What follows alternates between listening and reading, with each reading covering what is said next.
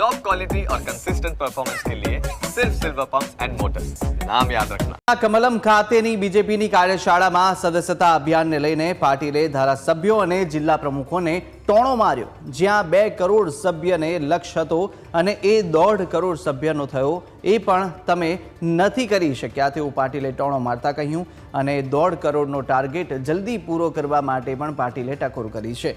30 તારીખ પહેલા જ બૂથ સમિતિ પૂર્ણ કરવા માટે પણ સૂચના અપાઈ છે।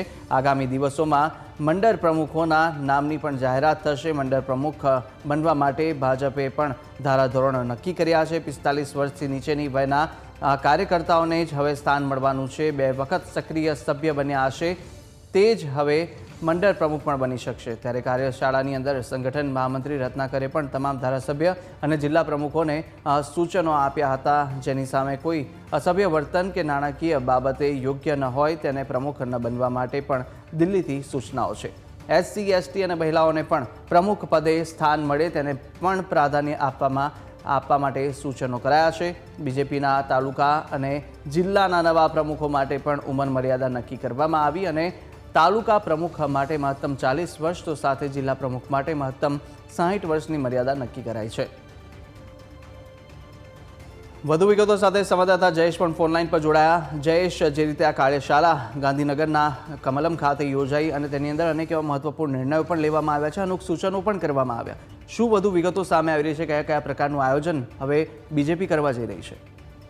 કુશાગ્ર, આજે CR પાટીલની અધ્યક્ષતામાં એક કાર્યશાળાનું છે તે આયોજન કરવામાં આવ્યું છે ને એ આયોજનમાં એ વાત પ્રમુખતાથી રાખવામાં આવી કે 30 તારીખ પહેલા એટલે કે જે 30 નવેમ્બર છે તેની પહેલા બૂથ સમિતિઓ પૂર્ણ કરવા માટે જિલ્લા પ્રમુખો, ધારાસભ્યો અને વર્ચ્યુઅલી જોડાયેલા સાંસદોને છે તે આદેશ કરવામાં આવ્યો છે। તે સાથે સાથે આ મંડળોને લઈને પણ છે તે અનેક પ્રકારના ધારાધોરણ છે તે નક્કી કરવામાં આવ્યા છે, જેમાં 45 વર્ષથી નીચેની વયના કાર્યકર્તાઓને જે મંડળ પ્રમુખ બનાવવા અને સાથે 2 વખત સક્રિય સભ્ય બન્યા હોવા જરૂરી છે તેને જ મંડળના પ્રમુખ છે તે બનાવવામાં આવશે। આ સાથે રત્નાકરજી કે જે સંગઠન મહામંત્રી છે તેમના દ્વારા એ સૂચના આપવામાં આવી કે જેની સામે કોઈ અસભ્ય વર્તન અથવા તો નાણાકીય ગેરરીતિના જે કેસો નથી નોંધાયા તેને જ મંડળના પ્રમુખ છે તે બનાવવામાં આવશે। તેમાં SC, ST ના અને મહિલાઓને પણ પ્રમુખ પદે સ્થાન આપવામાં આવશે। તો પ્રદેશ અધ્યક્ષ CR પાટીલે પોતાના પ્રવચન દરમિયાન વાવમાં જે માવજી પટેલે પાવર ઉતારવાની વાત કરી હતી એનો પણ ઉલ્લેખ કર્યો અને કહ્યું કે લોકોએ કોનો પાવર ઉતાર્યો તે તમામ જાણે છે અને સાથે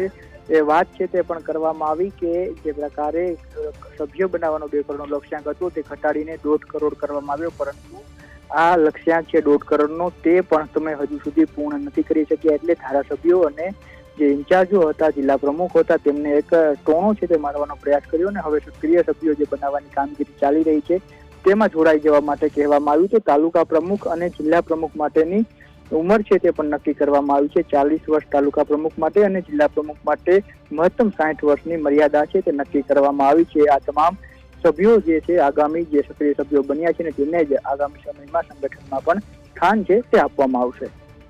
જી જયેશ, માહિતી બદલ આપનો આભાર।